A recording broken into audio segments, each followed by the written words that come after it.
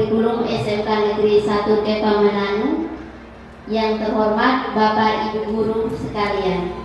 Pertama-tama, marilah kita ucapkan syukur kepada Tuhan karena atas berkat dan rahmat-Nya kita semua dapat berkumpul di tempat ini dalam rangka mengikuti kegiatan sosialisasi diseminasi budaya positif yang akan dibawakan oleh Ibu Ita. Untuk memulai kegiatan ini, kita awali dengan doa. Kepada Ibu saya persilakan.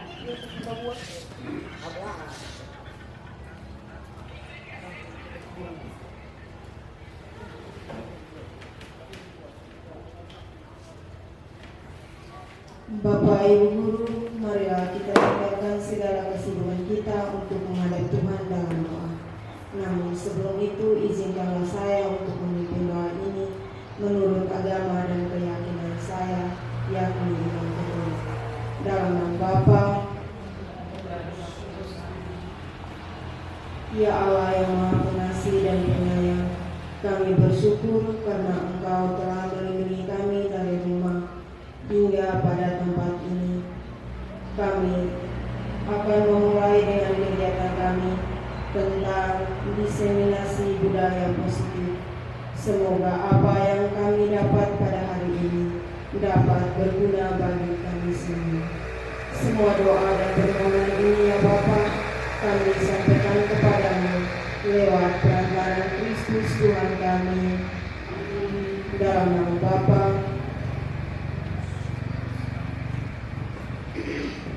Baik, terima kasih kepada Ibu yang telah memimpin kita dalam doa. Selanjutnya menyanyikan lagu Indonesia Raya. Hadirin dipersilakan berdiri.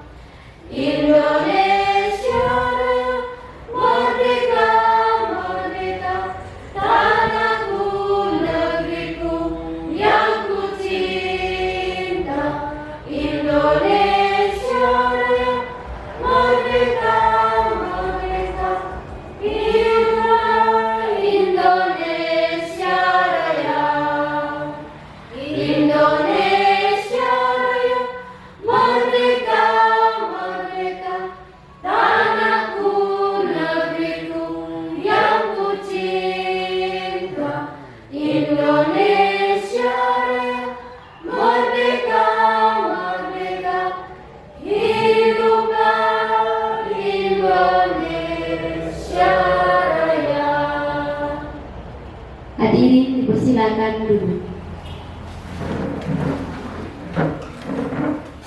Selanjutnya sambutan yang akan dibawakan oleh Wakasek Kurikulum SMK Negeri 1 Kepang Mananu.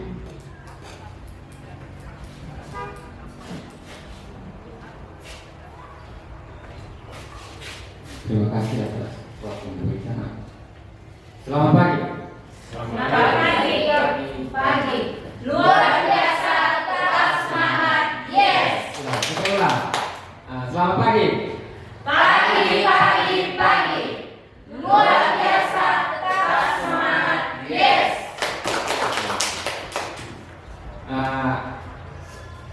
Hari ini kita akan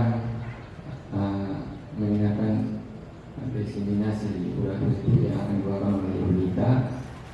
Jadi mohon kita semua untuk mengikuti dengan baik seperti itu, serta bahwa budaya positif yang kita mau terapkan di kelas atau sekolah itu seperti apa.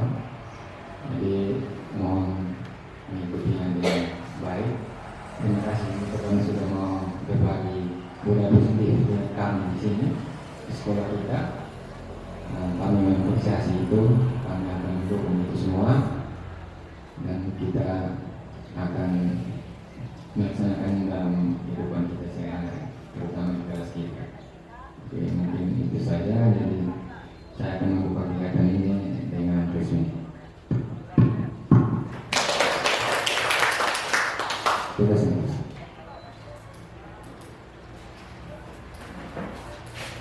Baik, terima kasih kepada Bapak yang sudah memberikan sambutan sekaligus membuka secara resmi kegiatan ini.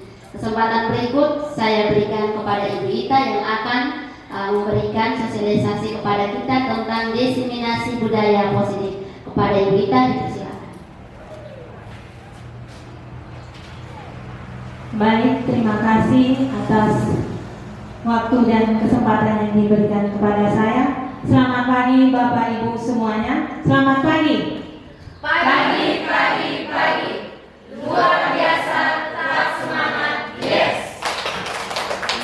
Baik, terima kasih Bapak Ibu. Saya ucapkan atas kerelaan dan kesediaannya untuk mengikuti kegiatan saya, dan ini merupakan salah satu tugas saya sebagai calon guru penggerak angkatan ke-9 Kabupaten Timur Tengah Utara mengenai diseminasi budaya positif.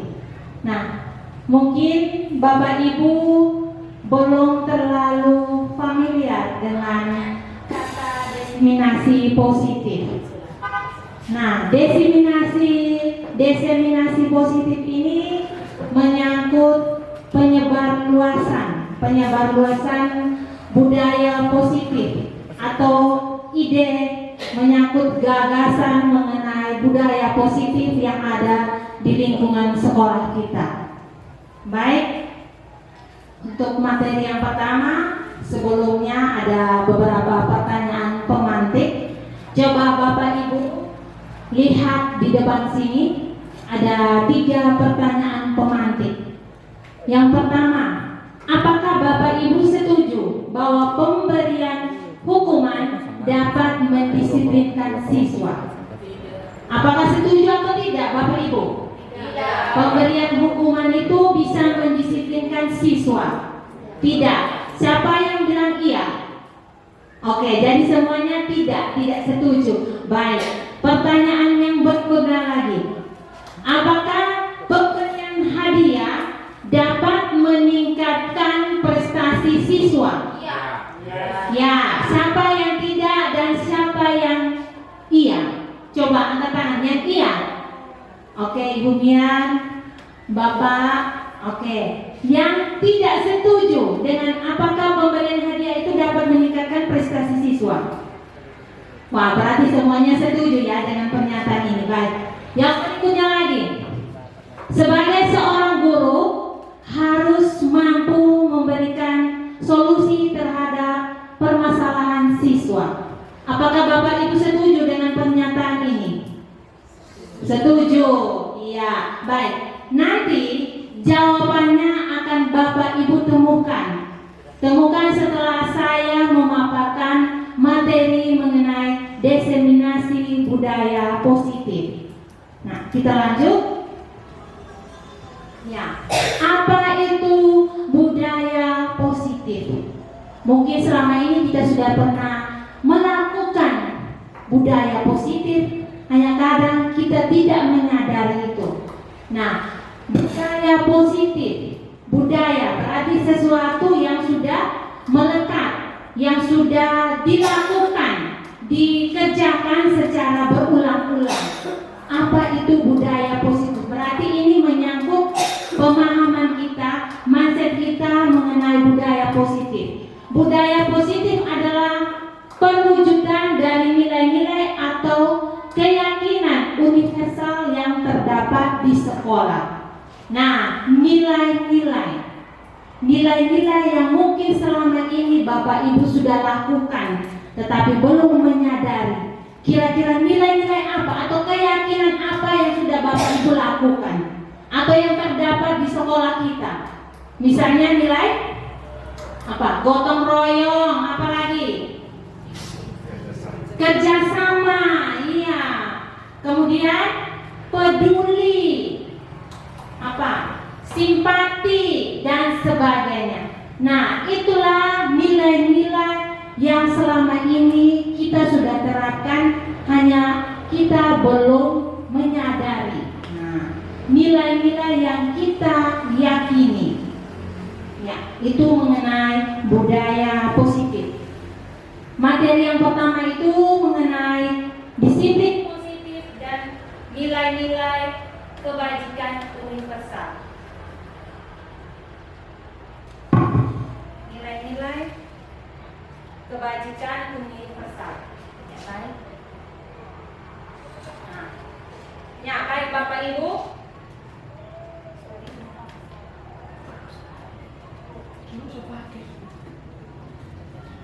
Ya, baik Bapak Ibu. Di sini ada kegiatan pemantik. Cobalah buka. Dia judulnya itu adalah cobalah buka. Membuka apa?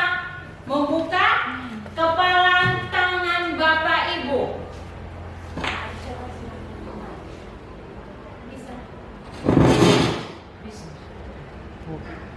Ya, cobalah buka kepalan tangan Bapak Ibu. Anda dan teman Anda akan melakukan kegiatan cobalah buka. Anda adalah A. Tugas Anda adalah menggemparkan salah satu tangan Anda.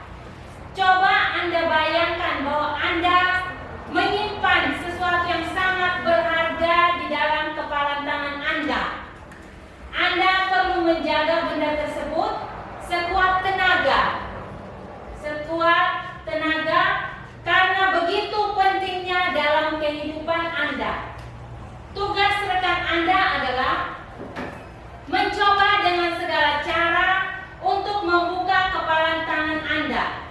Teman Anda B boleh membujuk, menghadik, mengintimidasi, memarahi, menggoda, menggelitik, bahkan menawari Anda uang agar Anda bersedia membuka kepalan tangan Anda. Kita coba ya Bapak Ibu, bisa? Sekarang coba berpasangan dengan teman di samping. Satu berperan sebagai A dan satu berperan sebagai B. Yang A tugasnya di dalam tangan yang si A itu ada benda yang sangat-sangat berharga. Dia berusaha untuk mempertahankan. Tugas daripada si B itu dia membujuk. Kira-kira kepalan tangan si teman itu terbuka atau tidak? Kita coba sekarang. Silakan. Bapak Ibu boleh menghadik, memarah atau bahkan kasih uang, boleh di teman. Silakan. Ya, coba peragakan. Ya, apakah berhasil Bapak Ibu?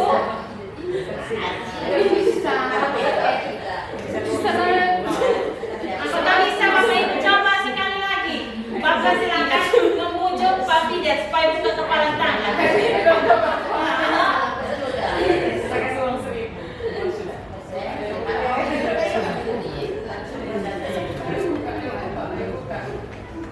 Sudah? Apakah Bapak Ibu sudah bisa? Oke, baik, pertanyaannya. Apakah Anda atau B membuka kepalan tangan Anda? Coba yang tadi dapat perannya sebagai A. Apakah berhasil dibuka teman? Siapa yang tadi dapatnya sebagai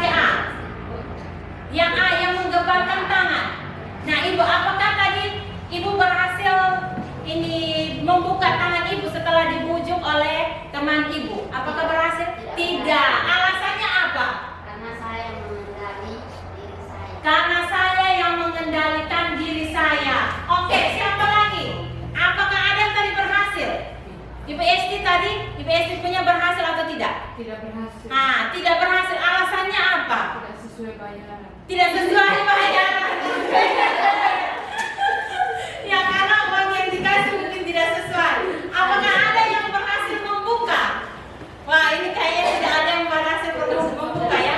Berarti semuanya ini pendiriannya sangat kuat. Oke, yang ketiga, dalam kegiatan ini sesungguhnya siapa yang memegang kendali atau kontrol untuk membuka atau menutup kepalan tangan?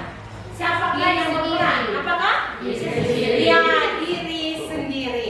Jadi inilah yang akan saya arahkan kita ke yang namanya disiplin positif. Nah, ketika Bapak Ibu mendengarkan kata disiplin, apa yang ada di bayangan Bapak Ibu? Disiplin berarti apa? Hukuman, apa lagi? Peraturan ya. Jadi itulah yang nanti saya arahkan ke disiplin positif. Jadi ketika kita melakukan sesuatu atau melakukan disiplin positif, yang memotivasi kita itu adalah diri kita sendiri, bukan dari orang lain. Kitalah yang mengontrol diri kita sendiri. Seperti anak, ketika anak tidak mengerjakan tugas, sesungguhnya itu adalah yang mengontrol mereka adalah diri mereka sendiri. Kita Bapak Ibu bahkan sudah membuat peraturan juga, kadang anak belum bisa mengerjakan tugas. Jadi anaklah yang mengontrol diri mereka sendiri. Ya. Baik lagi. Ya. Berikutnya, nah di sini ada mengenai teori kontrol. Jadi ada seorang psikiater dan pendidik Dr. William Glasser dalam kontrol teori yang kemudian hari berkembang dan dinamakan Choice Theory, meluruskan beberapa miskonsepsi tentang makna kontrol. Artinya miskonsepsi ini kesalahpahaman kita mengenai makna kontrol. Yang pertama, ilusi guru mengontrol murid. Ilusi guru mengontrol murid. Apakah Bapak Ibu setuju bahwa selama ini guru yang mengontrol murid? Apakah Bapak Ibu setuju atau tidak? Coba. Ini. Tidak. Ada yang bilang setuju. Oke. Jadi selama ini bukanlah kita sebagai guru yang mengontrol murid, tetapi diri mereka sendiri yang mengontrol dirinya sendiri. Murid yang berperan, ya. Misalnya tadi kepalan tangan itu, yang mengontrol itu adalah diri kita sendiri. Seperti halnya seorang siswa, ketika dia mau melakukan sesuatu, yang mengontrol itu adalah dirinya sendiri, bukan dari orang lain. Berikutnya lagi, bahwa penguatan positif, efektif, dan bermanfaat. Nah ini kita kembali ke awal yang tadi, apakah ini penghargaan itu dapat meningkatkan prestasi siswa. Tadi Bapak Ibu semua hampir semua setuju. Nah, apakah penguatan positif? Apakah kita pemberian reward, hadiah kepada anak? Apakah membuat anak berprestasi? Coba Bapak Ibu bayangkan, kalau di rumah Bapak Ibu menjanjikan hadiah untuk Bapak Ibu. Anak, kamu harus juara 1. Di sini Mama ada siapkan sepeda. Kalau kalian juara, Mama akan kasih sepeda. Anak akan termotivasi untuk belajar karena apa? Sepeda. Dia bukan belajar karena atas dirinya sendiri, tetapi motivasi karena hadiah, pemberian. Nah, jadi apakah penguatan positif itu efektif dan bermanfaat atau tidak? Ya, tentunya tidak, ya. Nah, oke, berikutnya lagi.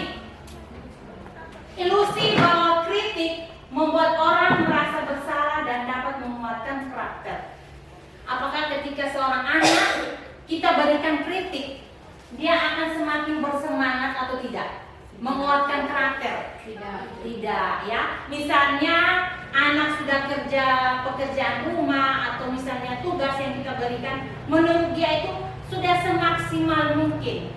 Tetapi kita guru kritik, wah kenapa hanya seperti ini, kenapa tidak ditambahkan ini. Nah, di situ anak akan merasa kurang hati, anak akan merasa dikucilkan, direndahkan. Nah, jadi seperti itu. Berikutnya lagi, ilusi bahwa orang dewasa memiliki hak untuk memaksa. Apakah Bapak Ibu setuju dengan pernyataan ini? Tidak, ya. Artinya segala sesuatu yang dilakukan anak itu harus dari diri mereka sendiri. Ya. Berikutnya lagi, ya, disiplin positif. Disiplin positif merupakan salah satu penerapan disiplin yang bertujuan untuk menumbuhkan kesadaran serta memberdayakan anak untuk melakukan sesuatu tanpa paksaan, tanpa ancaman maupun hukuman. Ya. Bapak Ibu siapa di sini yang mungkin masih menerapkan hukuman kepada anak? Tidak ada, yakin? Anak datang terlambat, apa yang Bapak Ibu lakukan? Anak silakan cabut rumput, atau anak silakan berdiri dengan kaki begini. Saya yakin pasti ada yang masih menerapkan. Nah, di sini kita belajar agar hukuman ancaman itu bahkan jangan diadakan. Artinya kita melakukan pendekatan yang lebih baik ya. Bagaimana kita menyelesaikan persoalan siswa dengan cara yang lebih efektif. Ya. Berikutnya lagi. Ya, di sini nilai-nilai kebajikan universal. Seperti yang tadi kita sudah katakan, yang sudah saya jelaskan di bagian awal, nilai-nilai kebajikan universal, ya. Nilai-nilai di sini seperti tadi gotong royong, apalagi kerjasama, menghormati. Nah, nilai-nilai inilah yang semuanya dijadikan sebagai fondasi bagi kita untuk berperilaku, atau fondasi bagi anak untuk berperilaku. Dan semuanya itu akan tertuju ke yang namanya profil pelajar Pancasila. Nah, profil pelajar Pancasila seperti yang Bapak Ibu sudah ketahui, ada berapa dimensi? Ada 6. Yang pertama itu beriman, bertakwa kepada Tuhan Yang Maha Esa, dan berakhlak mulia, berkebinekaan global, bergotong royong, kreatif, bernalar kritis, dan mandiri. Nah, itulah nilai-nilai kebajikan yang semuanya akan bermuara atau ini tujuannya yang namanya profil pelajar Pancasila. Ya, kita lanjut lagi. Ya, kita ice breaking dulu ya Bapak Ibu. Boleh? Oke. Kita ice breakingnya dengan kita menyanyi. Semuanya silakan berdiri Bapak Ibu. Oke, silakan kita semua berdiri. Tunggu Bapak Ibu, saya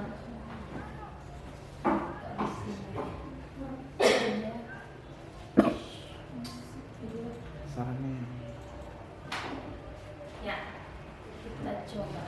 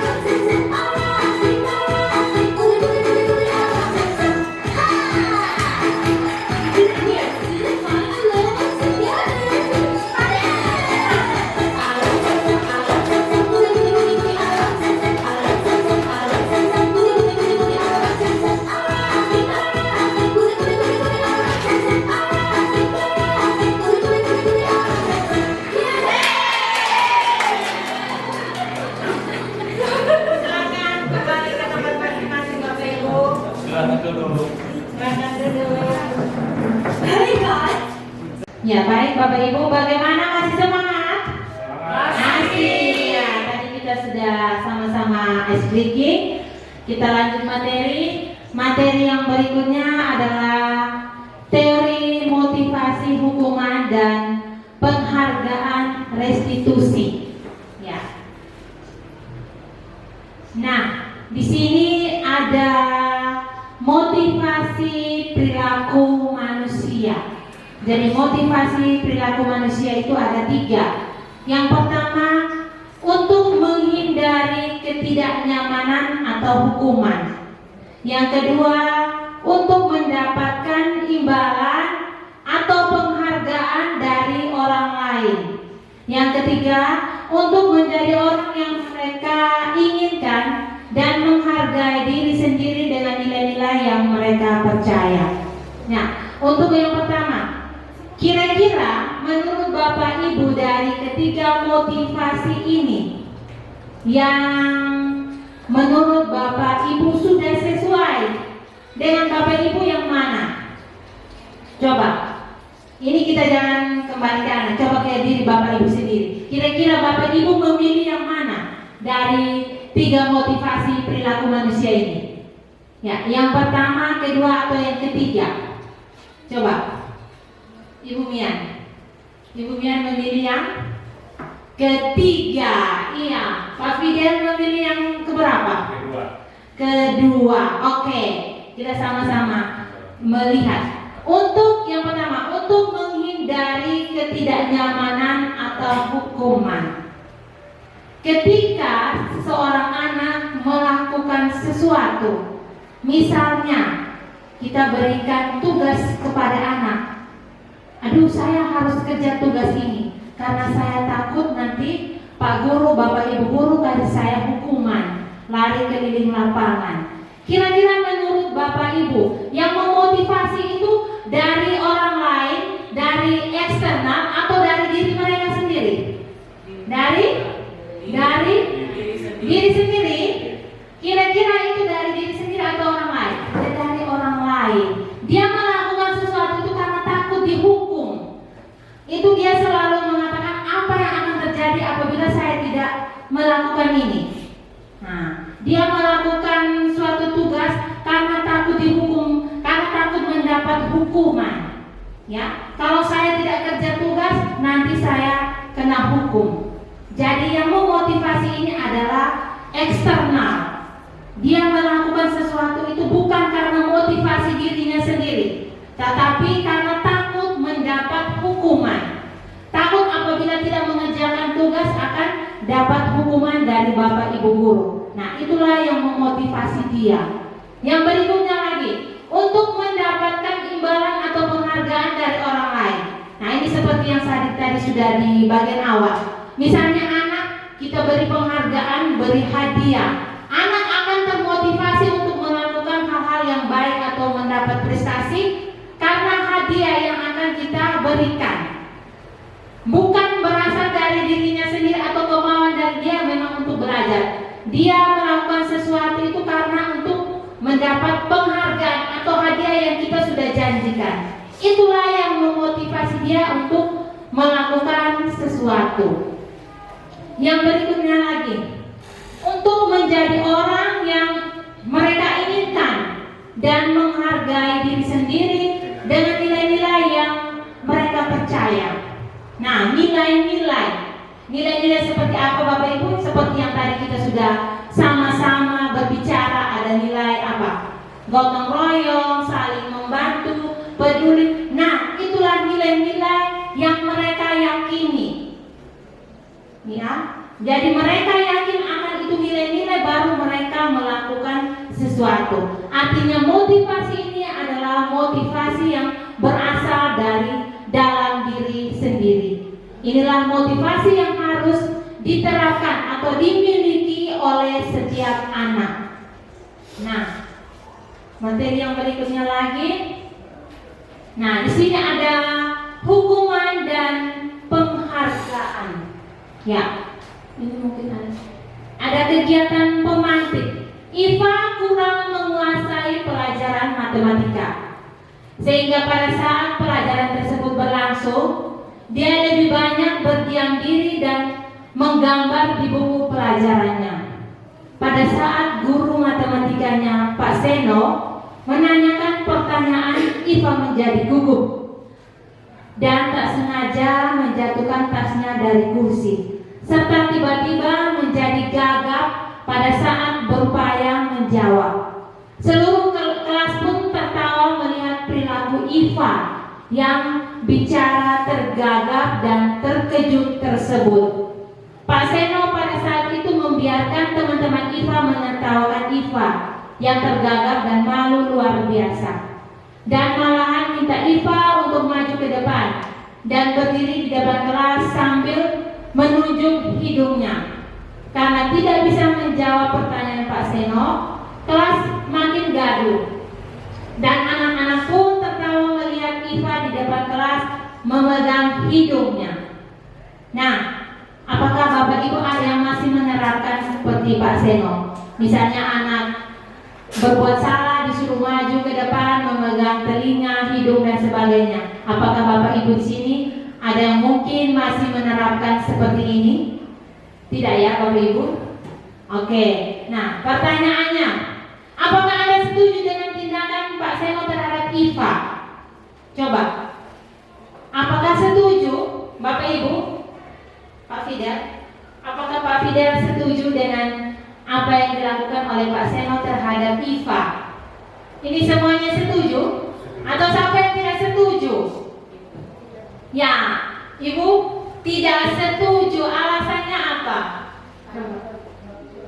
Menurut saya karena perbuatan Pak Seno bisa membuat mentalnya Iva jatuh. Iya, karena perbuatan Pak Seno bisa membuat mentalnya Iva jatuh. Siapa lagi yang tidak setuju atau setuju? Ibu Ida, bagaimana? Apakah setuju dengan tindakan Pak Seno terhadap Iva? Oh iya, Ibu Ida bilang tidak setuju. Ya, ada yang mengatakan tidak setuju karena nanti akan membuat mental Iva terganggu. Ya. Kemudian, menurut Anda, tindakan Pak Seno terhadap Iva adalah sebuah hukuman atau konsekuensi? Kira-kira menurut Bapak Ibu ini adalah hukuman atau konsekuensi? Hah? Bapak Ibu? Hukuman. Iya, nanti sama-sama kita lihat jawabannya ada di slide berikut. Ya. Nah, di sini ada hukuman, konsekuensi, dan restitusi.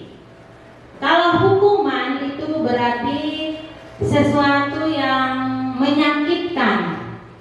Konsekuensi sesuatu yang harus terjadi. Restitusi itu sebuah pilihan. Ya. Jadi hukuman bersifat tidak terencana atau tiba-tiba.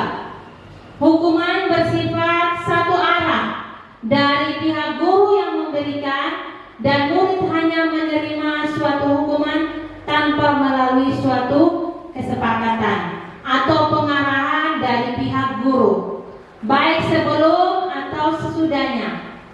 Hukuman yang diberikan bisa berupa fisik maupun psikis. Murid atau anak disakiti oleh suatu perbuatan atau kata-kata. Nah, apakah Bapak Ibu ada yang masih menerapkan hukuman? Misalnya anak-anak datang terlambat, apa yang Bapak Ibu lakukan? Coba, apa yang Bapak Ibu lakukan ketika anak-anak datang terlambat? Nah, pasti disuruh, silakan anak-anak pilih kotoran di luar, silakan anak-anak siram bunga dan sebagainya. Itu masih dalam bentuk hukuman. Hukuman bisa berupa juga dengan kata-kata. Kamu ini hari ini kenapa terlambat lagi?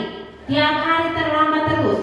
Nah, hukuman akan menyakiti perasaan anak. Coba Bapak Ibu bayangkan, ketika anak datang terlambat, kita berikan hukuman. Sesudah itu mereka masuk kembali ke kelas mengikuti pelajaran. Apakah mereka bisa mengikuti pelajaran dengan efektif atau tidak? Tidak. Pasti mereka masih terbeban dengan apa yang tadi mereka sudah lalui. sudah suruh mereka kerja dan sebagainya. Nah, itu membuat sesuatu yang sangat menyakitkan bagi anak. Jadi Bapak Ibu yang mungkin masih menerapkan hukuman bukan sekedar fisik atau mungkin verbal, ucapan dan sebagainya, diharapkan kita bisa merubah secara perlahan-lahan untuk tidak lagi menerapkan seperti itu. Yang berikutnya lagi, konsekuensi. Sudah terencana atau sudah disepakati, murid sudah mengetahui sebelumnya konsekuensi yang akan diterima bila ada pelanggaran. Murid tetap dibuat tidak nyaman untuk jangka waktu pendek. Nah, konsekuensi. Misalnya Bapak Ibu sudah membuat kesepakatan kelas atau belum? Ibu Mian sudah membuat kesepakatan kelas atau belum? Ya sudah, Ibu Mian sudah membuat kesepakatan kelas. Nah, biasanya kalau ketika kita membuat kesepakatan kelas, misalnya anak tidak, artinya begini, jangan nih buanglah sampah pada tempatnya. Kalau tidak membuang sampah pada tempatnya akan diberikan atau diberi sanksi bayar Rp5.000. Nah, itu merupakan konsekuensi. Ya. Yang berikutnya lagi adalah restitusi. Proses menciptakan kondisi bagi murid untuk memperbaiki kesalahan mereka sehingga mereka bisa kembali pada kelompok mereka dengan karakter yang lebih baik. Konsekuensi. Nah, di sini kita sama-sama mencari jalan keluar yang terbaik agar murid bisa menyelesaikan persoalannya. Misalnya ada murid yang terlambat, bagaimana tindakan Bapak Ibu menghadapi murid tersebut? Misalnya anak terlambat, kita harus menanyakan alasan kenapa siswa tersebut terlambat. Anak kenapa hari ini terlambat? Anaknya menjawab, saya tidur kesiangan Ibu. Karena apa tidurnya terlambat? Saya tidur terlambat karena tadi malam masih bermain HP. Oke, baik. Apakah Bapak dengan Mama di rumah tidak membangunkan ketika pada pagi hari untuk datang ke sekolah? Sudah Ibu, Mama dan Bapak sudah kasih bangun, tetapi saya yang belum bisa bangun pagi. Kenapa? Karena masih mengantuk. Kira-kira menurut anak, apakah terlambat itu baik atau tidak? Tidak, Bu. Nah, kira-kira solusinya bagaimana? Solusinya Ibu, saya berusaha untuk bangun tidur lebih awal. Nah, secara tidak langsung itu kita sudah melaksanakan yang namanya restitusi. Ya, kita bersama anak mencari solusi atau jalan keluar yang terbaik terhadap persoalan mereka, sehingga mereka bisa kembali kepada kelompok mereka dengan karakter yang lebih baik lagi. Nah, itu menyangkut hukuman, konsekuensi, dan restitusi. Nah, di sini ada masalah hukuman atau konsekuensi. Silakan Bapak Ibu menjawab dengan sejujur-jujurnya. Boleh tidak Bapak Ibu? Bisa? Bisa. Oke. Yang pertama, lari mengelilingi lapangan basket 2 kali karena terlambat hadir di sekolah. Menurut Bapak Ibu, ini termasuk hukuman atau konsekuensi? Hukuman. Oke, baik. Yang kedua, membersihkan coretan yang dibuat di meja tulis. Konsekuensi atau hukuman? Konsekuensi. Ya. Yang berikutnya lagi, murid diminta untuk push up 15 kali karena tidak menggunakan masker ke sekolah. Hukuman atau konsekuensi? Hukuman. 15 kali sebentar anak pingsan memang. Yang berikutnya lagi, menggantikan kertas tugas teman yang telah dicoret-coret. Konsekuensi. Yang berikutnya lagi, berjemur di lapangan basket pukul 12 siang karena mengobrol dengan teman. Hukuman atau konsekuensi? Hukuman. Iya, baik. Kita lanjut. Nah, dihukum oleh penghargaan. Biasanya kalau orang mendapat penghargaan pasti senang ya Bapak Ibu. Nah, di sini penghargaan itu adalah sesuatu hukuman. Yang pertama, pengaruh jangka pendek dan jangka panjang. Misalnya anak kita janjikan untuk kasih dia hadiah, penghargaan setiap saat, terus menerus. Suatu saat kita tidak memberikan lagi penghargaan, anak akan tergantung terhadap kita, ya. Jadi hukum penghargaan dihukum oleh penghargaan. Yang kedua, penghargaan tidak efektif. Yang ketiga, penghargaan merusak hubungan. Nah, misalnya dalam satu kelas, Bapak Ibu ada anak yang mungkin sangat berprestasi. Bapak Ibu memberikan anak tersebut hadiah. Teman yang di sebelah pasti merasa iri atau tidak? Iri, iya. Karena pasti dia beranggapan saya juga hampir seperti dia. Tetapi kenapa Bapak Ibu wali kelas hanya kasih hadiah untuk teman saya, sedangkan saya tidak? Nah, dengan sendirinya perasaan iri, perasaan marah yang didapat oleh si anak yang tidak mendapat penghargaan itu akan merusak hubungan. Hubungan apa? Hubungan pertemanan antara anak yang mendapat penghargaan dan yang tidak mendapat penghargaan. Yang berikutnya lagi, penghargaan mengurangi ketepatan. Mari sini Pak Pur. Yang berikutnya lagi, penghargaan mematikan kreativitas. Yang terakhir, penghargaan menghukum. Yang kedelapan, motivasi dari dalam diri. Nah, motivasi dari dalam diri inilah yang perlu kita terapkan. Artinya, anak melakukan sesuatu karena memang ada niat atau ada karena dia meyakini akan nilai-nilai yang sudah dia dapat. Dia melakukan karena adanya motivasi dari dalam diri. Ya, Bapak Ibu, baik, kita ice breathing lagi. Pak Meta, semangat tanya.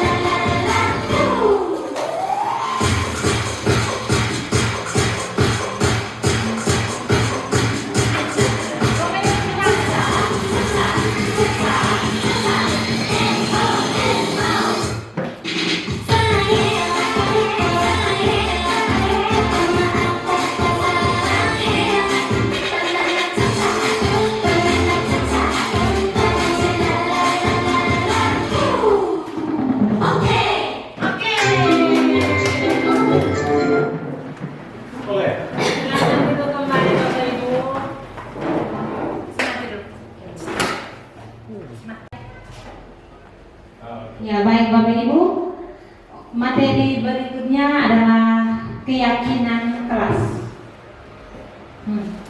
Nah, mengapa keyakinan kelas? Mengapa tidak peraturan kelas saja? Mengapa? Mengapa kita memiliki peraturan tentang penggunaan helm pada saat mengendarai kendaraan roda 2 atau motor? Kenapa kita harus menggunakan helm, Bapak Ibu? Untuk takut menjaga keselamatan. Oke. Mengapa kita memiliki peraturan tentang penggunaan masker dan mencuci tangan setiap saat? Menghindari virus. Untuk menjaga kesehatan. Nah, keselamatan dan menjaga kesehatan itulah nilai-nilai yang kita yakini. Ya. Itulah nilai-nilai yang kita yakini sehingga kita melakukan suatu kegiatan atau suatu perbuatan. Kita meyakini akan nilai-nilai tersebut. Nilai-nilai keselamatan dan kesehatan inilah yang kita sebut sebagai suatu keyakinan, yaitu nilai-nilai kebajikan universal yang disepakati secara tersirat dan tersurat, lepas dari latar belakang suku, negara, bahasa maupun agama. Ya, pembentukan keyakinan sekolah atau keyakinan kelas. Keyakinan kelas bersifat lebih abstrak daripada peraturan yang lebih rinci dan konkret. Keyakinan kelas berupa pertanyaan-pertanyaan universal. Pernyataan keyakinan kelas senantiasa dibuat dalam bentuk positif. Misalnya, jangan membuang sampah. Kita merubah kalimat tersebut menjadi kalimat negatif. Artinya, buanglah sampah pada tempatnya. Atau apalagi? Dilarang merokok. Kita ubah kembali ke kalimat negatif. Apa? Merokoklah pada tempatnya.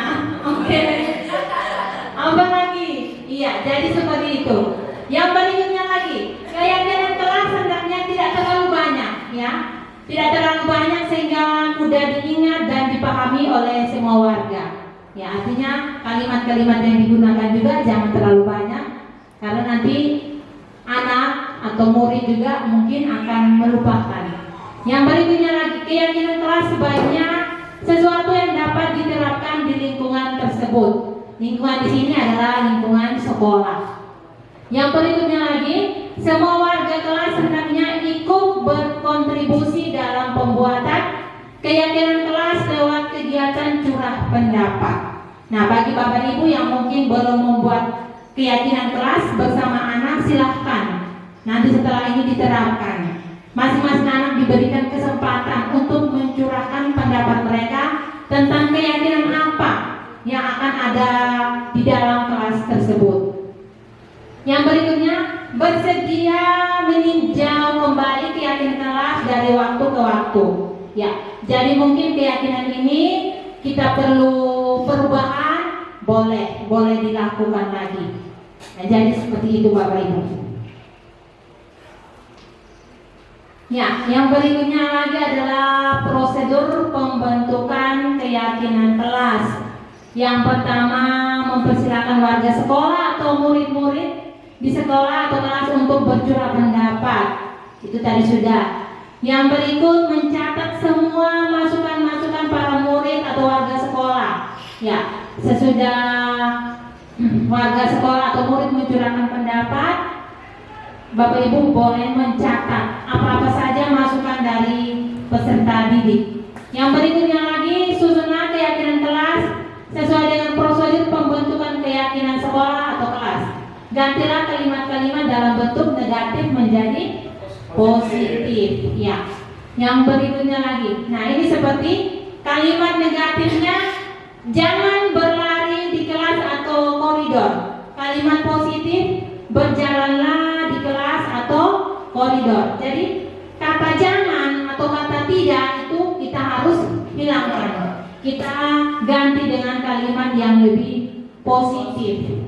Ya, jangan membuang sampah di sembarang tempat. Kita ganti, buanglah sampah pada tempatnya. Ya, jadi seperti itu Bapak Ibu.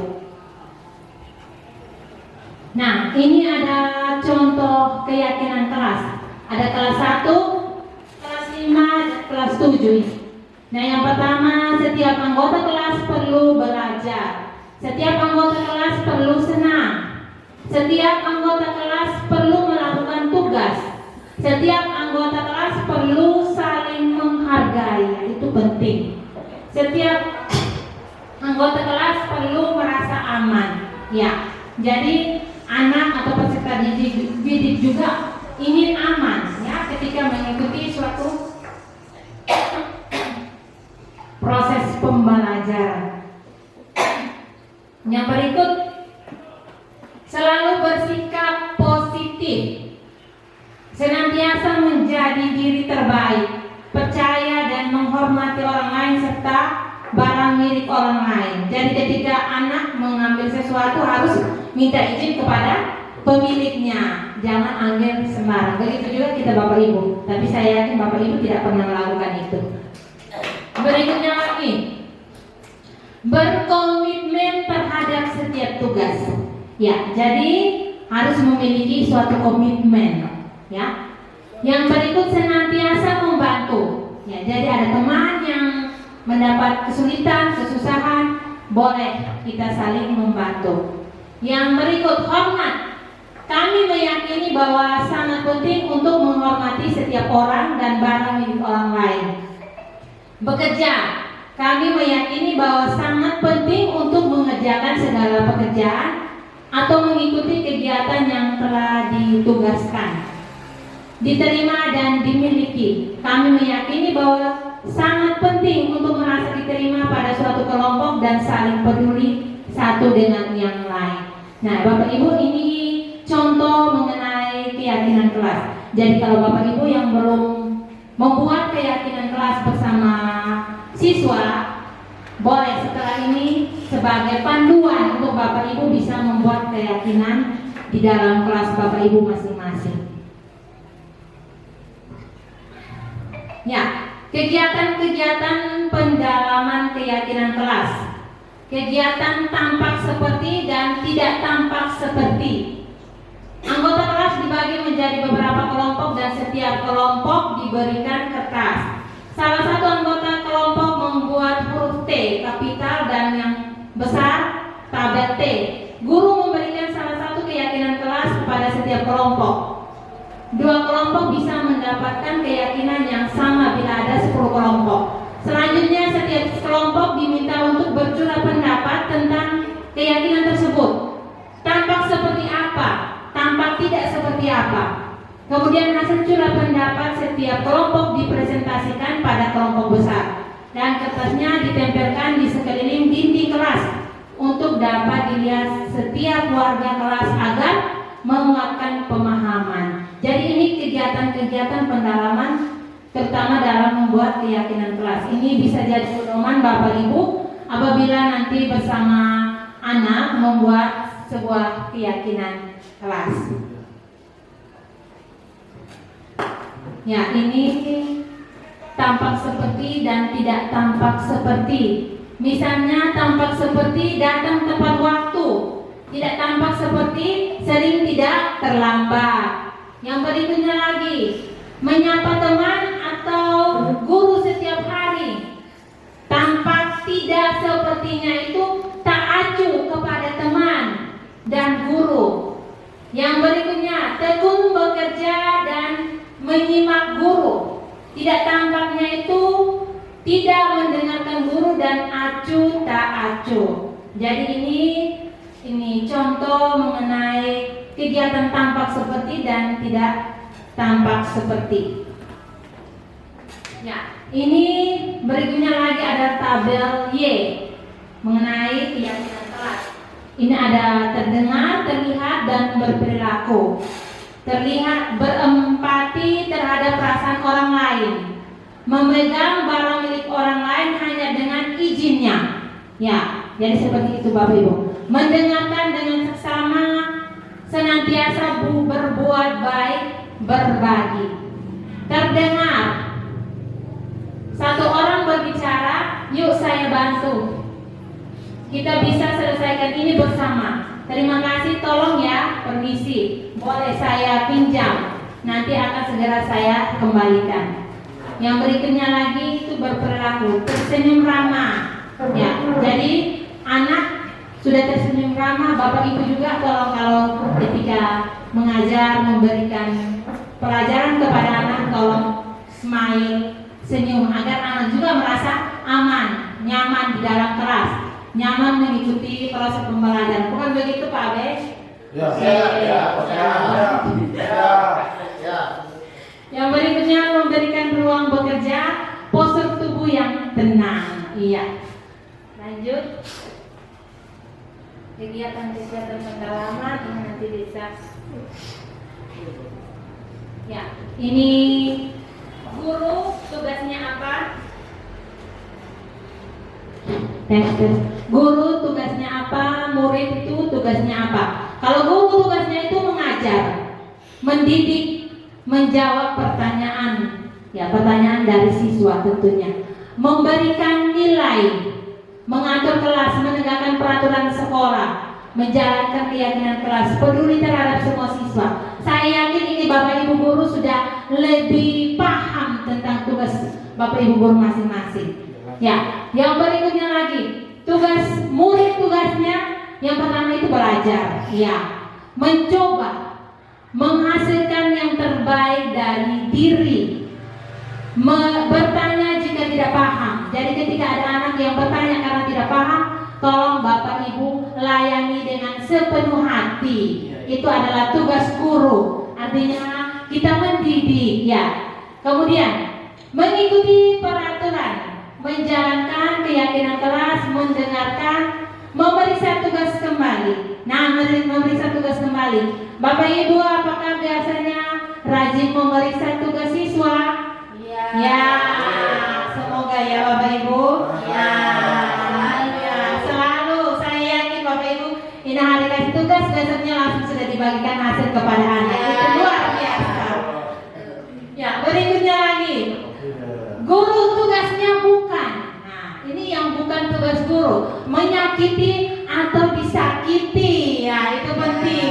Tidak boleh menyakiti siapa, menyakiti peserta diri, atau disakiti. Guru itu juga jangan mendapat sakit, ya.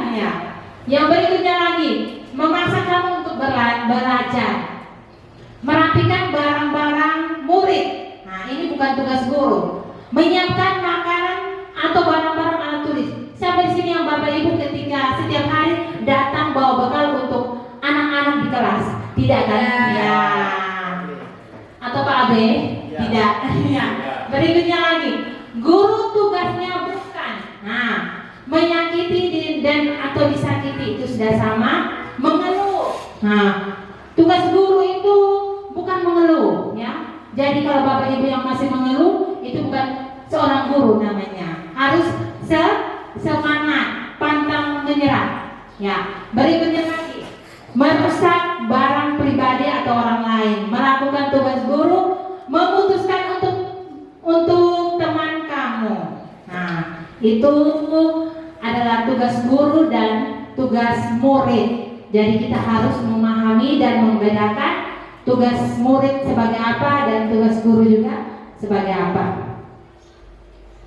Nah, demikianlah penjelasan mengenai keyakinan kelas sebagai upaya-upaya yang dapat dilakukan dalam membangun budaya positif di sekolah. Untuk mewujudkan hal ini membutuhkan proses yang tidak singkat, ya. Jadi untuk kita menumbuhkan budaya positif itu tidak segampang membalikan telapak tangan Bapak Ibu. Kita membutuhkan waktu, membutuhkan proses, tahap, ya, agar mendapat hasil yang maksimal. Dan tentunya semua itu kita membutuhkan kolaborasi, membutuhkan kerjasama dari semua pihak yang terkait.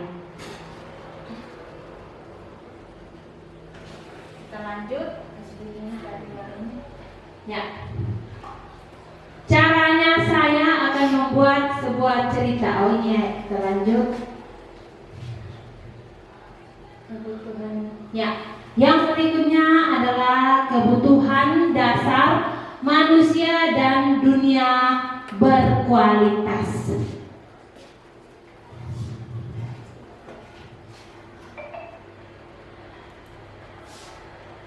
Ya baik, Bapak Ibu, di sini ada video. Ya, Bapak Ibu silakan perhatikan video di depan ini. Salam dan bahagia Ibu dan Bapak guru hebat.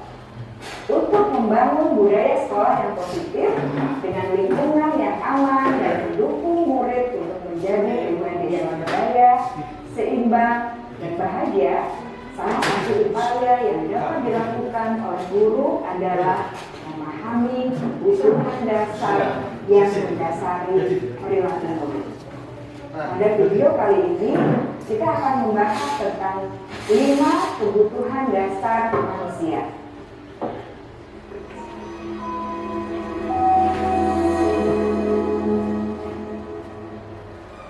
Ki Hajar Dewantara dalam salah satu kutipannya menyatakan, kita ambil contoh perbandingannya dengan hidup tumbuh-tumbuhan. Seorang petani dalam hakikatnya sama kewajibannya dengan seorang pendidik yang menanam padi misalnya. Hanya dapat menuntun tumbuhnya padi. Ia dapat memperbaiki kondisi tanah, memelihara tanaman padi, memberi pupuk dan air, membasmi ulat-ulat atau jamur-jamur yang mengganggu hidup tanaman padi, dan lain sebagainya.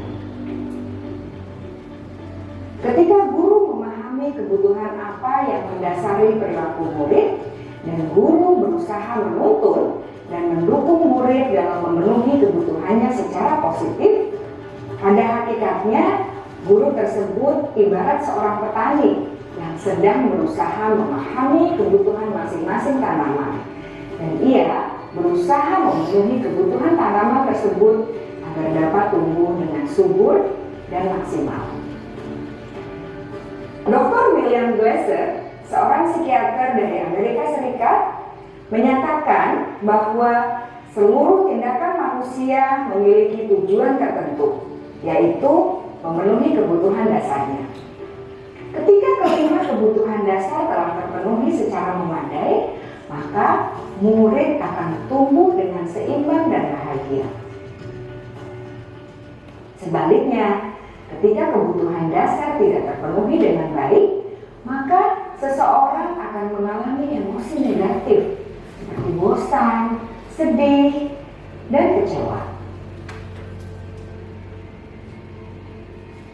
Bahkan mereka dapat melakukan perbuatan yang bertentangan dengan nilai-nilai kebajikan atau melanggar peraturan. Dengan kata lain, perilaku buruk seseorang biasanya adalah respons dari kebutuhan yang tidak terpenuhi.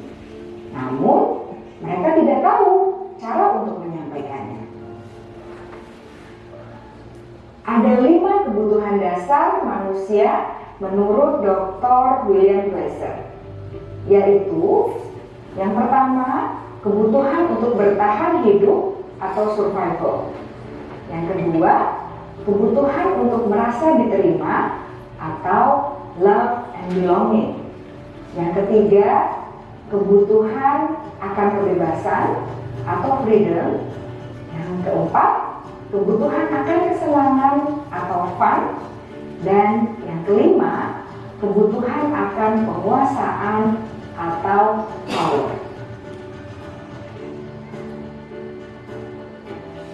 Kebutuhan dasar yang pertama adalah kebutuhan yang bersifat fisiologis untuk bertahan hidup atau survival. Misalnya kesehatan, rumah, dan makanan. Kebutuhan biologis sebagai bagian dari proses reproduksi termasuk kebutuhan untuk tetap bertahan hidup. Kebutuhan untuk merasa aman juga termasuk dalam kebutuhan ini.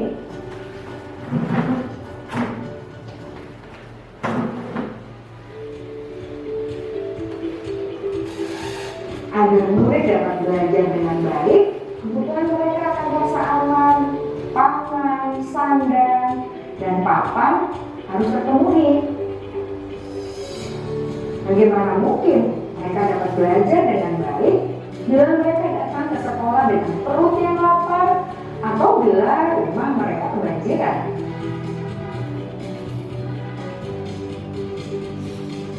Setelah kita mengetahui kebutuhan pertama yang sebagian besar bersifat fisiologis, mari kita lihat kebutuhan kedua sampai kelima yang semuanya berhubungan dengan psikologis.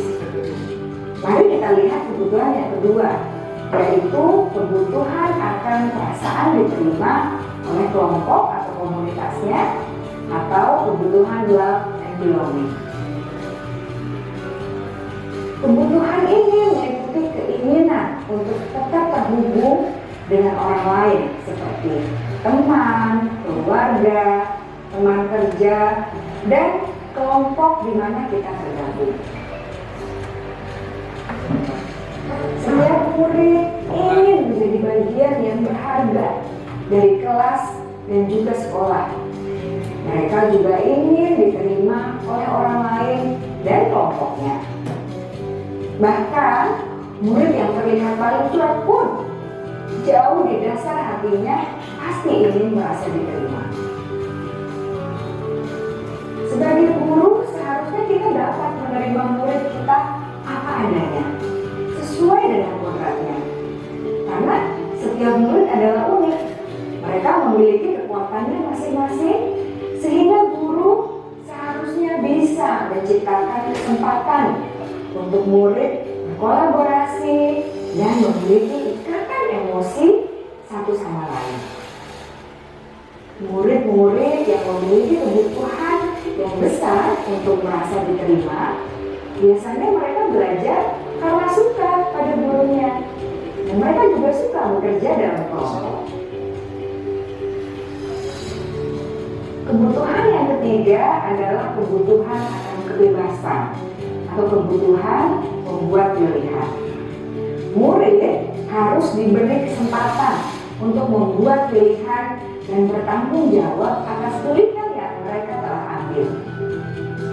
Memberi mereka kebebasan bukan berarti membiarkan mereka melakukan apa saja yang mereka mau, melainkan lebih memberi mereka kesempatan untuk membuat pilihan, menyuarakan pendapat mereka dengan percaya diri, dan memberi mereka kesempatan untuk mencoba hal-hal yang baru.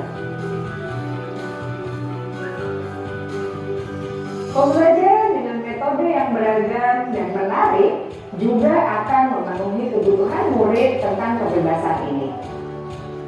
Pembelajaran berdiferensiasi, di mana guru menyediakan beberapa jenis tugas yang bisa dipilih oleh murid sesuai minat mereka, sangat baik untuk mengembangkan murid menjadi lebih mandiri dan memiliki motivasi internal. Karena kebutuhan akan kebebasan pada dasarnya adalah kebutuhan untuk mandiri, memiliki otonomi, memiliki pilihan, dan mampu mengendalikan arah hidupnya sendiri.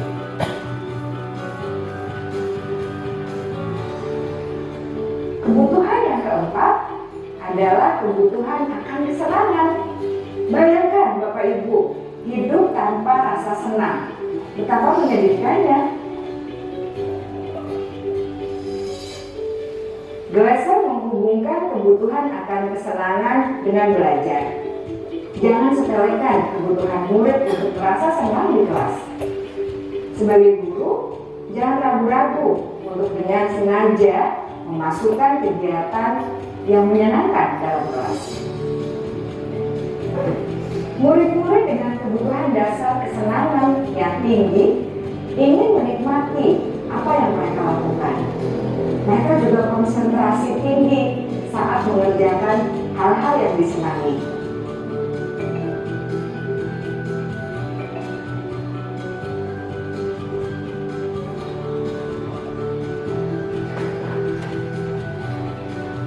Kebutuhan yang kelima adalah kebutuhan akan penguasaan. Setiap murid memiliki kebutuhan untuk merasa kompeten, menjadi terampil, diakui pencapaian dan keterampilannya, didengarkan, bisa membuat dampak dan pengaruh, dan memiliki rasa harga diri. Mereka sebaiknya diberi kesempatan untuk membuat keputusan tentang hal-hal yang penting dalam hidupnya dan tidak merasa dikontrol oleh sistem sekolah.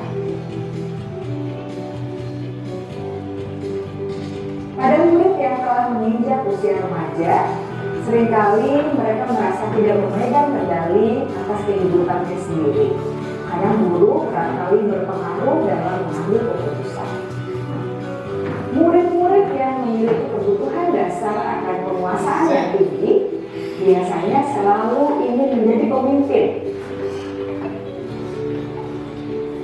Mereka juga suka mengamati sebelum mencoba hal-hal yang baru. Mereka juga perfeksionis dan merasa kecewa bila melakukan kesalahan.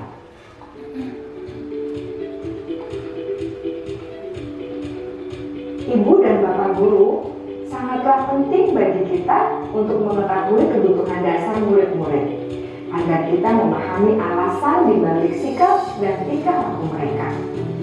Bila murid berperilaku buruk atau melanggar peraturan, sehingga tindakannya tidak sesuai dengan nilai-nilai kebajikan, maka guru harus mencari tahu alasan yang mendasari tindakan tersebut dan kebutuhan apa yang belum terpenuhi.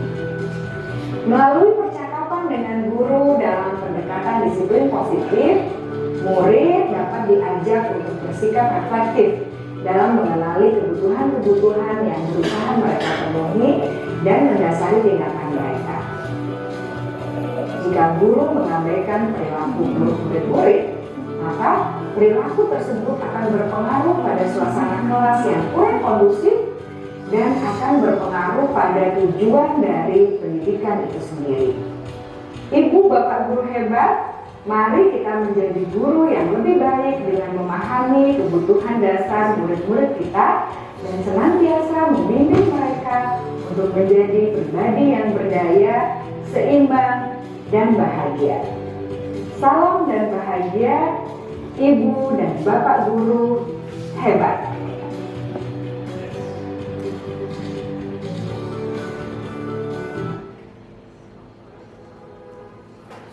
Oke.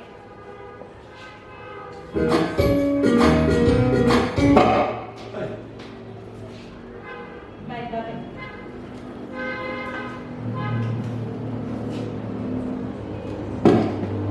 Tes. Baik, Bapak Ibu. Ya. Baik, Bapak Ibu, apakah semuanya sudah menonton atau menyaksikan video tadi? Bagaimana perasaan Bapak Ibu setelah menonton video tadi? Perasaannya? Senang, bahagia, sedih. Ya, tentunya kita harus menjadi seorang guru yang lebih baik lagi dalam memenuhi setiap kebutuhan siswa. Nah, di sini 5 kebutuhan dasar manusia menurut Dr. William Glasser dalam Choice Theory. Ya, tadi videonya sudah Bapak Ibu saksikan bersama. Di sini ada pertanyaan pemantik. Ibu Ambar, guru wali kelas 11A di SMK Pelita Hati, sedang bingung menghadapi ulas salah satu muridnya di kelas, Doni. Beberapa anak di kelas 11A telah datang padanya dan mengeluhkan Doni yang seringkali meminta bekal makan siang mereka dengan paksa. Jika Anda menghadapi situasi seperti Ibu Ambar, apa yang Anda lakukan? Hal itu, ya, merujuk pada situasi yang sedang dihadapi Ibu Ambar di atas dalam konteks penegakan disiplin positif, Ibu Ambar sebaiknya apa? Mencari tahu dulu alasan kenapa Doni melakukan hal tersebut. Kenapa dia tiap hari harus datang minta bekal kepada Kira-kira menurut Bapak Ibu, ini kebutuhan apa yang belum dipenuhi oleh Doni? Atau belum terpenuhi untuk Doni? Kebutuhan apa? Bertahan hidup, ya, menyangkut makanan. Ya. Berikutnya lagi.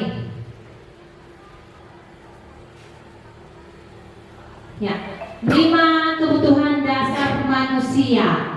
Seluruh tindakan manusia memiliki tujuan. Semua yang kita lakukan adalah usaha terbaik kita untuk mendapatkan apa yang kita inginkan. Ketika kita mendapatkan apa yang kita inginkan, sebetulnya saat itu kita sedang memenuhi salah satu atau lebih dari satu kebutuhan dasar kita, yaitu kebutuhan untuk bertahan hidup, survival, kasih sayang dan rasa diterima, love and belonging, kebutuhan kebebasan, freedom, kesenangan, fun, dan penguasaan atau power. Ketika seorang murid melakukan suatu perbuatan yang bertentangan dengan nilai-nilai kebajikan atau melanggar peraturan, hal itu sebenarnya dikarenakan ketika mereka gagal memenuhi kebutuhan dasar mereka. Ya, di sini ada 5 kebutuhan. Yang pertama, bertahan hidup, kesenangan, kebebasan, kasih sayang dan diterima, dan penguasaan. Ini menyangkut 5 dasar kebutuhan manusia.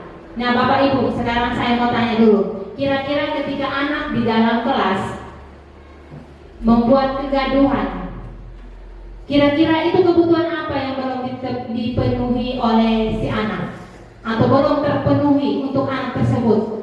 Anak ini selalu membuat kegaduhan. Setiap saat ditegur, 5 menit kemudian sudah mulai lagi dengan hal yang tadi dilakukan. Menurut Bapak Ibu, itu kebutuhan apa yang belum dipenuhi? Coba. Kasih sayang atau rasa untuk diterima di dalam kelompoknya. Artinya dia ingin kita lebih memperhatikan, ya. Oke, yang berikutnya lagi.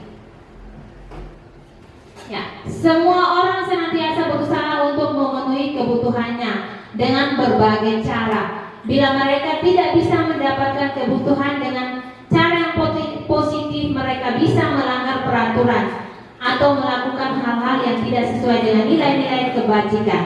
Ya, jadi ketika anak membuat masalah, harus kita sebagai guru, kita harus menyelidiki. Ya, kira-kira kita menganalisa kebutuhan apa yang belum dipenuhi sehingga anak melakukan hal tersebut. Ya, kita lanjut. Ya, itu mengenai kebutuhan dasar manusia. Jadi tadi ada 5 kebutuhan bertahan hidup. Itu dia menyangkut dengan apa? Kesehatan, makan, minum, sandang, pangan, dan sebagainya. Itu untuk kebutuhan dalam bertahan hidup. Kebutuhan diterima, itu misalnya keinginan untuk tetap terhubung dengan kelompoknya. Yang berikutnya lagi kebutuhan akan kebebasan, pilihan, ya. Artinya anak di sini berusaha untuk mencoba hal-hal yang baru atau berdiferensiasi. Misalnya Bapak Ibu ketika mengajar, Bapak Ibu harus mengetahui kebutuhan anak itu seperti apa. Ada anak yang mungkin belajar harus menonton. Ada anak yang mungkin dia belajarnya itu hanya dengar baru bisa dia terima materi. Nah, Bapak Ibu harus bisa mengidentifikasi hal-hal tersebut sehingga bisa memenuhi kebutuhan murid. Ya, itu tadi mengenai penjelasan kebutuhan dasar manusia dan dunia berkualitas sebagai upaya yang dapat dilakukan dalam membangun budaya positif di sekolah. Tentunya untuk mewujudkan hal ini membutuhkan proses yang tidak bisa dilakukan dalam waktu singkat, ya. Dan juga kita harus berkolaborasi, bekerja sama dengan semua pihak-pihak yang terkait. Ya, Ini materi berikutnya mengenai 5 posisi kontrol.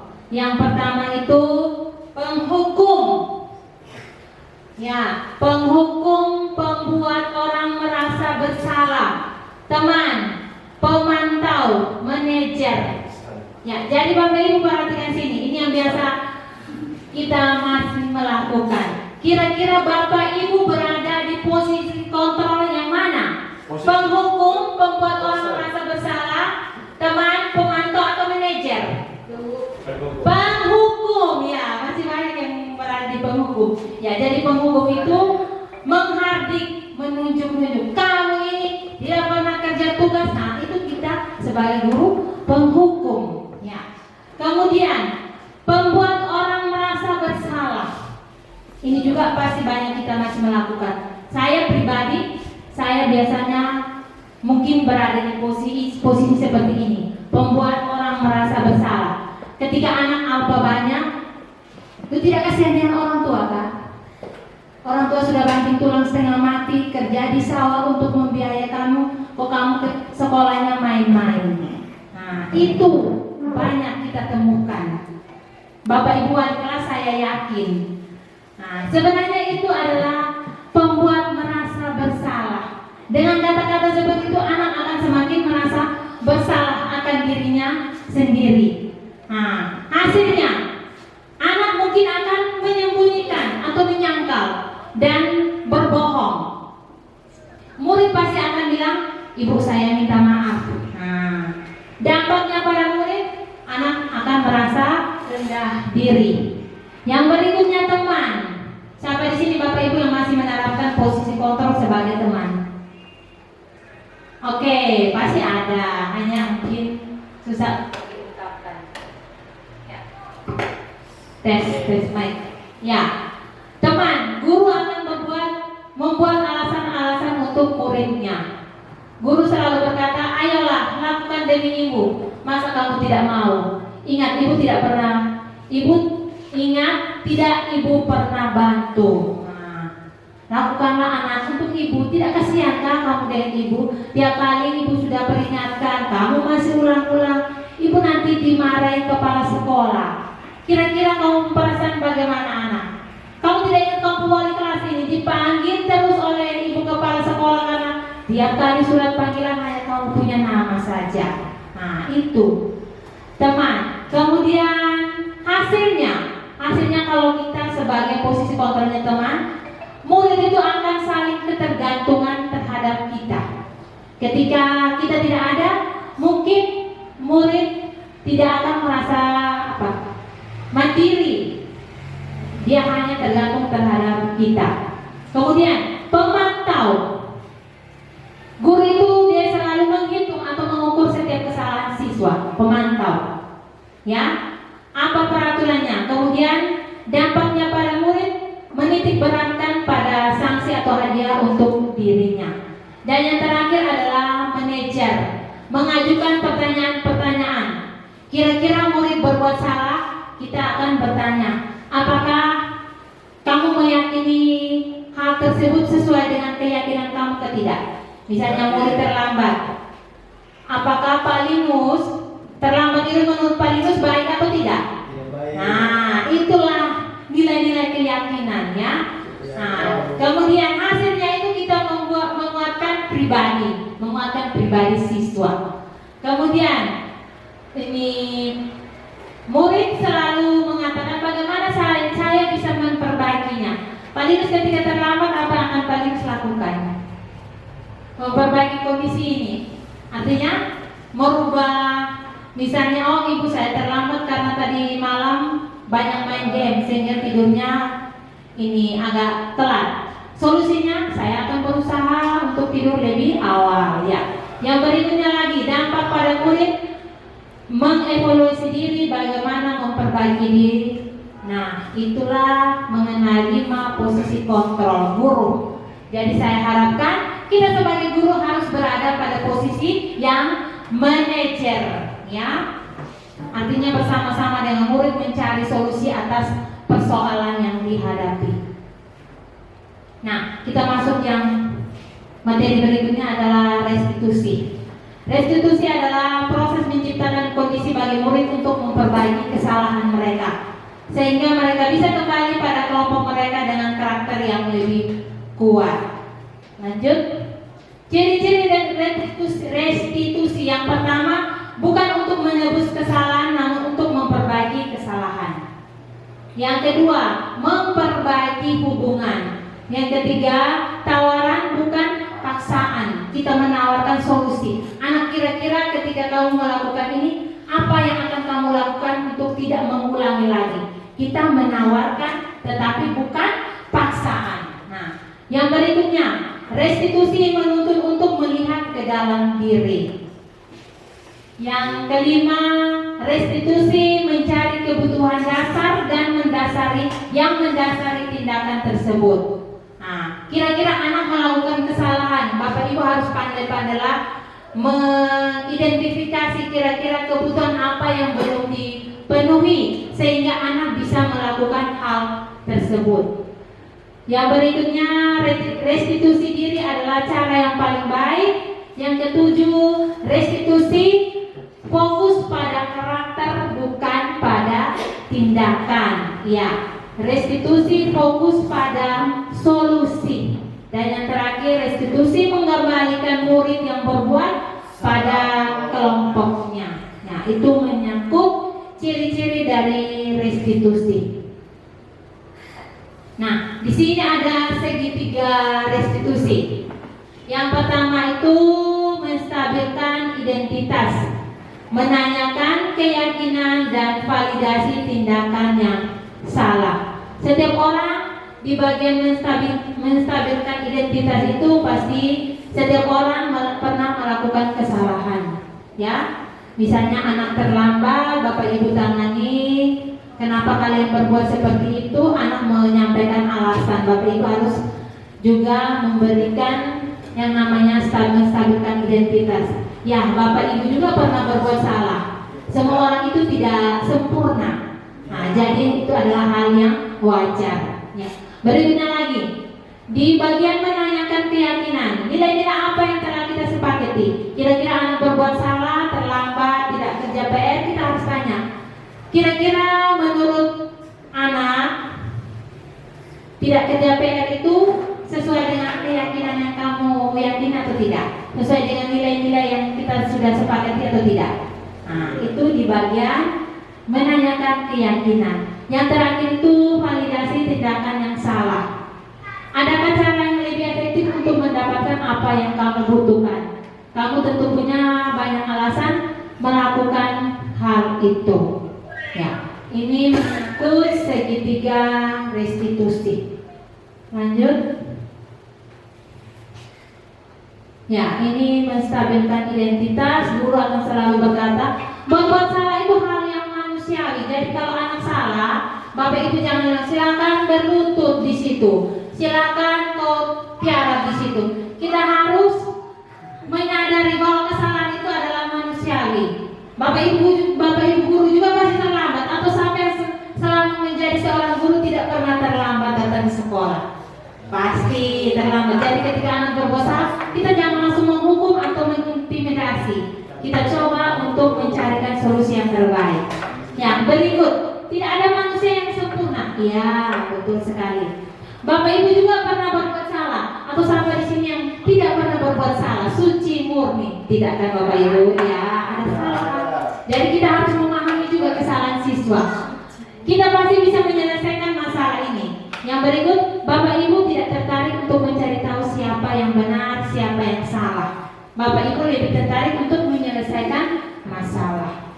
Yang berikut, kalau kamu menyalahkan dirimu tersendiri terus-menerus, apakah kamu bersikap baik pada dirimu? Tentu tidak. Kita tidak menghargai diri. Artinya jangan selalu mempersalahkan diri sendiri. Ya, lanjut. Validasi tindakan yang salah, membantu siswa mengenali basis net atau kebutuhan yang ingin dipenuhi ketika melakukan kesalahan itu.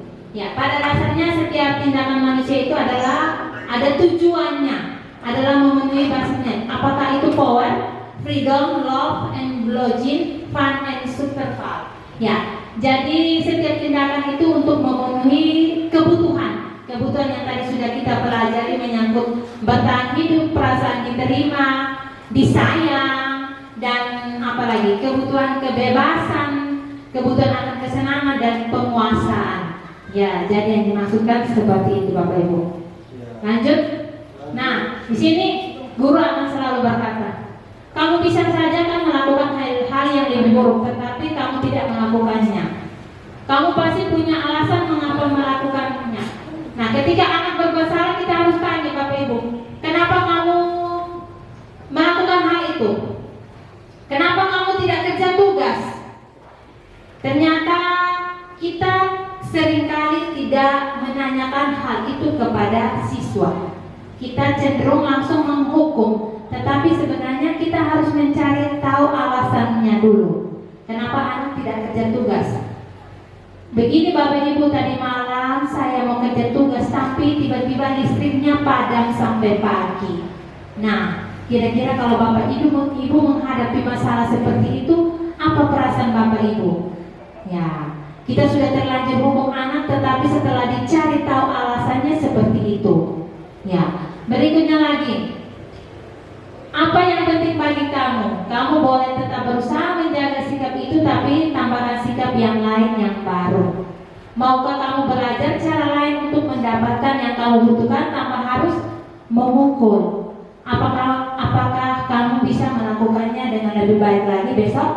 Nah, ini pertanyaan-pertanyaan yang akan kita lontarkan pada saat memvalidasi tindakan yang salah.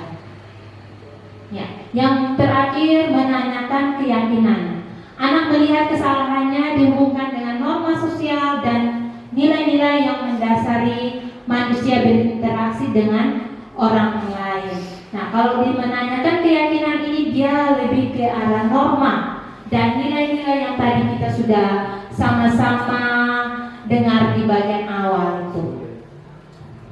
Ya, guru akan berkata apa nilai yang kita percaya di kelas atau sekolah, nilai-nilai universal apa yang telah kita sepakati, kelas yang ideal itu seperti apa? Apa ingin kamu ingin jadi seperti apa? Apa yang kamu rasakan ketika kamu melakukan hal itu? Nah, ini beberapa pertanyaan yang harus Bapak Ibu lontarkan ketika menghadapi masalah anak di bagian yang apa tadi itu, menanyakan keyakinan. Ya, lanjut. Ya, refleksi. Bagaimana perasaan Bapak Ibu setelah mengikuti forum ini? Halo. Hai. Hai. Halo. Masih semangat? Masih. Masih ya. Oke. Sebagai penutup, coba kita ice breaking lagi. Atau sebelumnya ini, kita refleksikan dulu yang tadi. Bagaimana perasaan Bapak Ibu setelah mengikuti forum ini? Bagaimana? Apakah senang, bahagia, sedih, gembira? Senang. Senang. Kenapa senang? Ibu senyum. Karena ibu punya senyum. Apa lagi Bapak Ibu? Apakah tidak ada Materinya bagus. Ya, materinya baik. Bisa Bapak Ibu ini mengikuti dengan baik ya. Kemudian, hal apa yang menurut Bapak Ibu paling menarik selama sesi kegiatan ini? Yang paling menarik untuk Bapak Ibu itu apa? Ya? Senyuman. Banyak yang diam. Banyak yang diam. Apa lagi? Oh, dia di sini berarti dia menyaksikan atau melihat. Semoga saya harapkan apa yang sudah saya sampaikan ini Bapak Ibu bisa meresapi di dalam lubuk hati yang paling terdalam. Dan bisa menerapkannya pada anak didik kita sehingga akan ada perubahan yang lebih baik lagi. Ya, dan terakhir, nah, hal-hal baik apa yang bisa Bapak Ibu terapkan ketika Bapak Ibu di lingkungan sekolah? Nah, Bapak Ibu, apa yang bisa Bapak Ibu terapkan setelah Bapak Ibu mengikuti forum ini? Tidak terlambat lagi. Ya, salah satunya kita tidak boleh terlambat. Kita jangan selalu mempersalahkan siswa ketika terlambat. Padahal diri kita sendiri juga belum sempurna. Masih penuh kesalahan. Salah satu contohnya juga terlambat. Saya yang berdiri di sini juga saya sering terlambat. Tetapi bagaimana kita bersama-sama untuk memperbaiki kesalahan lebih baik lagi. Oke? Yakin? Ya, yang terakhir adalah kita ice breaking. Ya, Bapak Ibu maunya ice breaking seperti apa? Saya tawarkan kembali ke Bapak Ibu. Coba. Dicoba. Coba. Oke, baik. Tim operator silakan bisa beri.